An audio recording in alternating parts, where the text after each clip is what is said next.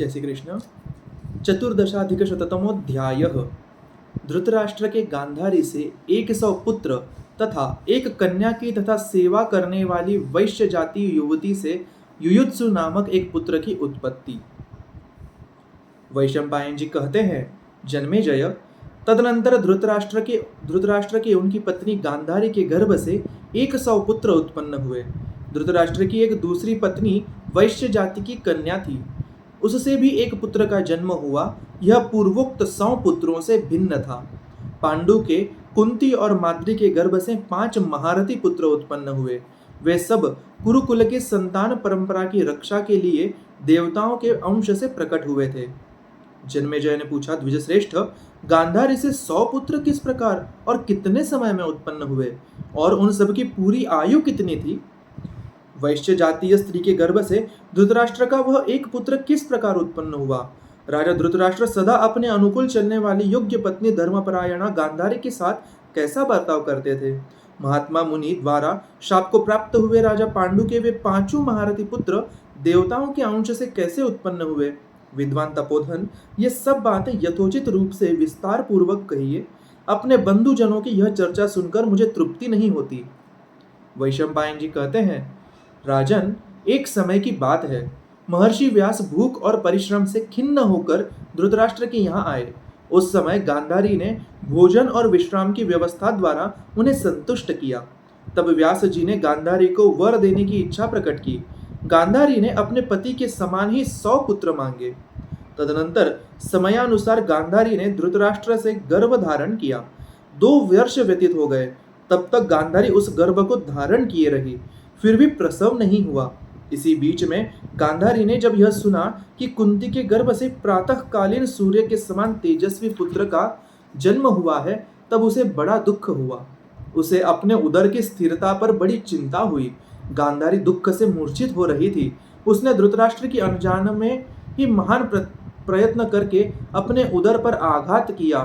तब उसके गर्भ से एक मांस का पिंड प्रकट हुआ, जो लोहे के पिंड के समान कड़ा था। उसने 2 वर्षों तक उससे पेट में धारण किया था, तो भी उसने उसे इतना कड़ा देखकर फेंक देने का विचार किया।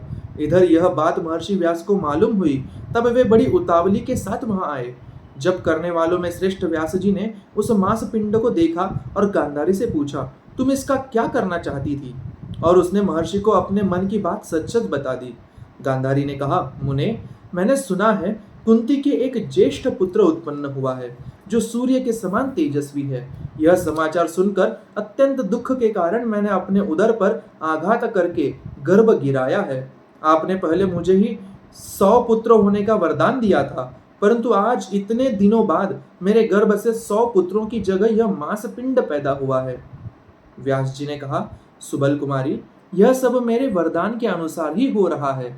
वह कभी अन्यथा नहीं हो सकता। मैंने कभी हास परिहास के समय भी झूठी बात मुंह से नहीं निकाली है।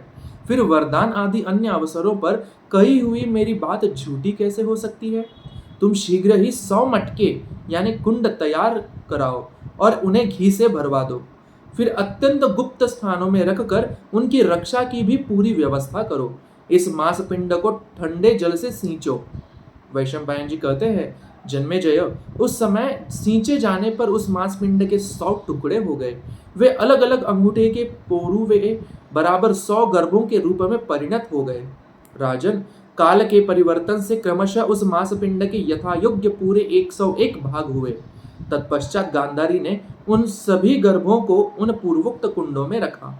वे सभी कुंड अत्यंत गुप्त स्थानों में रखे हुए थे। उनकी रक्षा की ठीक ठीक व्यवस्था कर दी गई। तब भगवान व्यास ने गांधारी से कहा, इतने ही दिन अर्थात पूरे 2 वर्षों तक प्रतीक्षा करने के बाद इन कुंडों का ढक्कन खोल देना चाहिए। यो कहकर और पूर्वोक्त प्रकार से रक्षा की व्यवस्था कराकर परम बुद्धिमान भगवान व्यास हिमालय पर्वत पर तपस्या के लिए चले गए।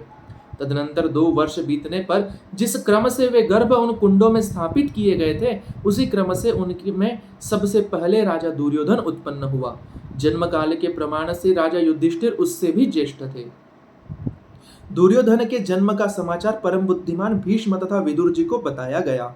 जिस दिन दुर्धर्ष वीर दुर्योधन का जन्म हुआ, उसी दिन परम पराक्रमी महाबाहु भीमसेन भी उत्पन्न हुए। राजन, धृतराष्ट्र का वह पुत्र जन्म लेते ही गदह गदहे के रेंकने की सी आवाज में रोने चिल्लाने लगा। उसकी आवाज सुनकर बदले में दूसरे गधे भी रेंकने लगे। गीध, गिधड़ और कौवे भी कोलाहल करने लगे। बड़े जोर की आंधी चलने लगी। संपूर्ण दिशाओं में दाह सा होने लगा। राजन, तब राजा धृतराष्ट्र भयभीत से हो उठे और बहुत से ब्राह्मणों को, भीष्म जी और विदुर जी को, दूसरे दूसरे सुहृदों तथा समस्त कुरुवंशियों को अपने समीप बुलवाकर उनसे इस प्रकार बोले। आदरणीय गुरुजनों, हमारे कुल की कीर्ति बढ़ाने वाले राजकुमार युधिष्ठिर सबसे ज्येष्ठ हैं। वे अपने गुणों से राज्य को पाने के अधिकारी हो चुके हैं। उनके विषय में हमें कुछ नहीं कहना है, किंतु उनके बाद मेरा यह पुत्र ही ज्येष्ठ है। क्या यह भी राजा बन सकेगा? इस बात पर विचार करके आप लोग ठीक ठीक बताएं। जो बात अवश्य होने वाली है उसे स्पष्ट कहें। जन्मेजय, धृतराष्ट्र की यह बात समाप्त होते ही चारों दिशाओं में भयंकर मांसाहारी जीव गर्जना करने लगे। गीधड़ अमंगल सूचक बोली बोलने लगे। राजन, सब और होने वाले उन भयानक अपशकुनों को लक्ष्य करके ब्राह्मण लोग तथा परम बुद्धिमान विदुर जी इस प्रकार बोले। नरश्रेष्ठ नरेश्वर, आपके ज्येष्ठ पुत्र के जन्म लेने पर जिस प्रकार ये भयंकर अपशकुन प्रकट हो रहे हैं, उनसे स्पष्ट जान पड़ता है कि आपका यह पुत्र समूचे कुल का संहार करने वाला होगा। यदि इसका त्याग कर दिया जाए तो सब विघ्नों की शांति हो जाएगी, और यदि इसकी रक्षा की गई तो आगे चलकर बड़ा भारी उपद्रव खड़ा होगा। महीपते, आपके 99 पुत्र ही रहें। भारत, यदि आप अपने कुल की शांति चाहते हैं तो इस एक पुत्र को त्याग दें। केवल एक पुत्र के त्याग द्वारा इस संपूर्ण कुल का तथा समस्त जगत का कल्याण कीजिए। नीति कहती है कि समूचे कुल के हित के लिए एक व्यक्ति को त्याग दें, गांव के हित के लिए एक कुल को छोड़ दें, देश के हित के लिए एक गांव का परित्याग कर दें और आत्मा के कल्याण के लिए सारे भूमंडल को त्याग दें। विदुर तथा उन सभी श्रेष्ठ ब्राह्मणों के योग कहने पर भी पुत्र स्नेह के बंधन में बंधे हुए राजा धृतराष्ट्र ने वैसा नहीं किया। जन्मेजय, इस प्रकार राजा धृतराष्ट्र के पूरे 100 पुत्र हुए। तदनंतर एक ही मास में गांधारी से एक कन्या उत्पन्न हुई जो 100 पुत्रों के अतिरिक्त थी। जिन दिनों गर्भ धारण करने के कारण गांधारी का पेट बढ़ गया था और वह क्लेश में पड़ी रहती थी, उन दिनों महाराज धृतराष्ट्र की सेवा में एक वैश्य जातीय स्त्री रहती थी।